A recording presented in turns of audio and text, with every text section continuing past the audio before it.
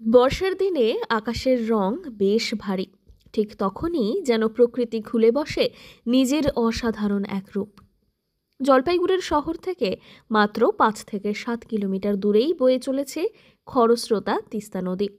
আর এই নদীর ওপর দিয়ে ছুটে চলা তিস্তার ব্রিজ যেন এক স্বপ্নপুরীর প্রবেশদ্বার।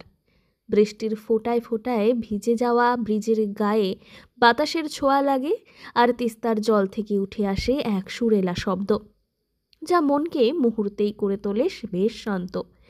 তিস্তার পাড়ে বিকেলবেলা বসে থাকলে আপনি কেবল প্রকৃতিই দেখবেন না, আপনি যেন নিজের মধ্যেই ডুবে যাবেন। অস্থির মন ধীরে ধীরে হয়ে উঠবে স্থির। জীবনের দুশ্চিন্তা, ক্লান্তি সব কোথায় হারিয়ে যাবে নদীর কলরবে, বুঝতেই পারবেন না। জীবনের ব্যস্ততা থেকে একটু বিরতি নিয়ে যদি কেউ তিস্তার পাড়ে কিছুক্ষণ বসে থাকে, তাহলেই মন জুড়িয়ে যাবে। নদীর ঠান্ডা বাতাস শুধু শরীরকেই নয়, মনকেও করে তোলে শীতল।